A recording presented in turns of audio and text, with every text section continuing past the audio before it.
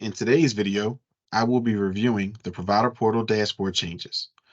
Once you have accessed the Provider Portal login screen, you will notice the first two changes were to remove the Register and Request Login buttons. This was done to reduce the number of duplicate accounts and user profiles created in error. Now, if you have previously registered for an account, you simply need to log in or choose the Forget Password or email link if necessary.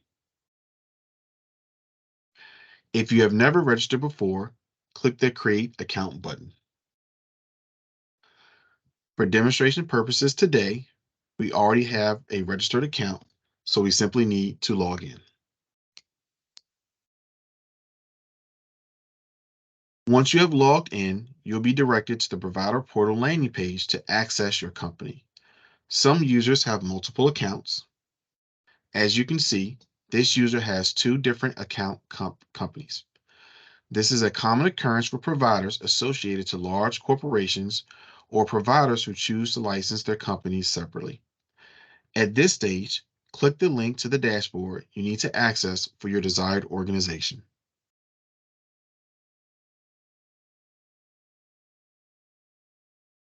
As you can see, cosmetically, the Provider Portal dashboard looks very different than its previous version.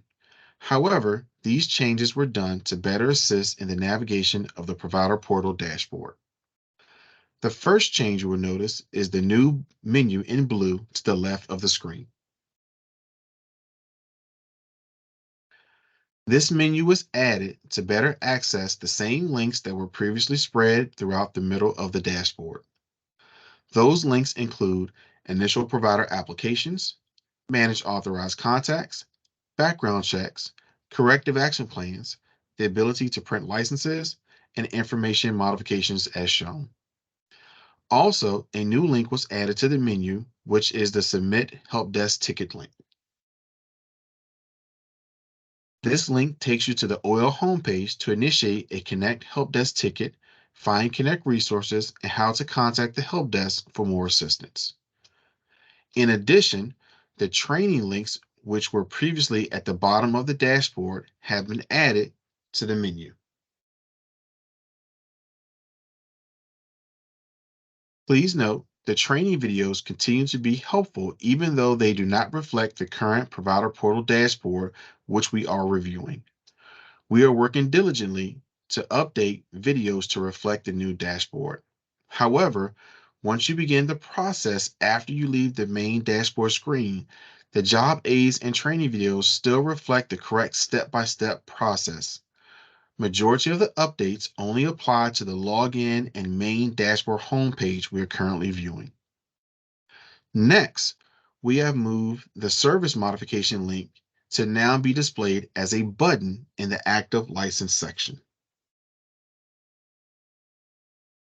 If you desire to add a new service you are currently not licensed for, simply click the Add New Service button to begin the application process to add a new service. In addition, we have moved the location modification link to now only display as a button in the active service license section as well. If you desire to add a new location to an existing licensed service, simply click the View Add New Location button for the service you wish to add the new location for and begin that application process.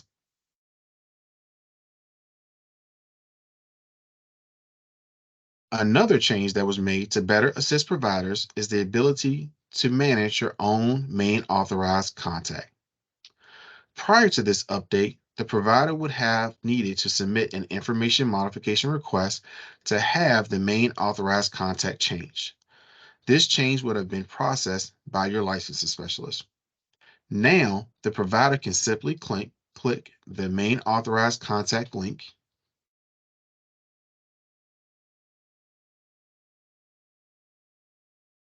Then you will be taken to the contacts page. As you can see, test employee number 1 is currently listed as the main authorized contact, also commonly referred to as the MAC. However, for demonstration purposes, The employee name test employee number one has a new position, and test employee number two will become the new main authorized contact.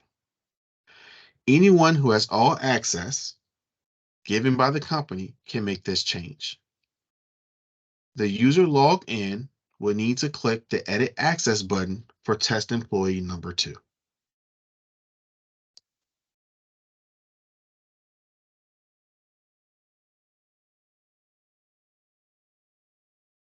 Then the user will need to update the record to yes for the main authorized contact field.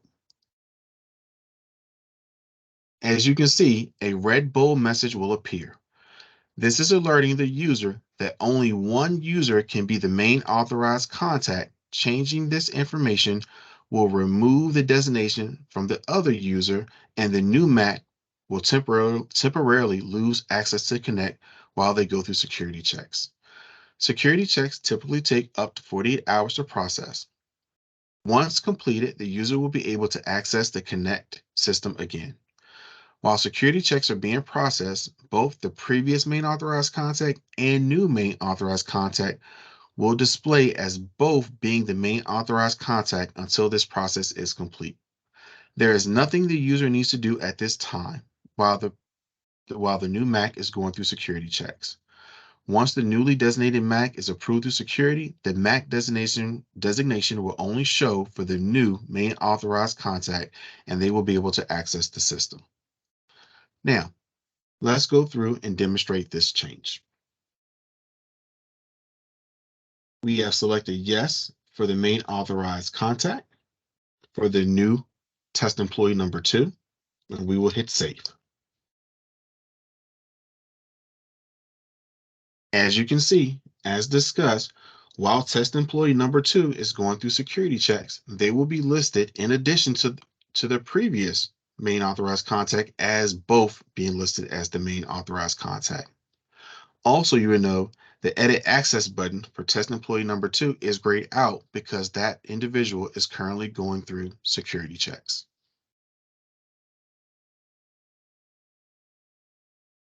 At this time, I will go ahead and manually process security checks so we don't have to wait 48 hours.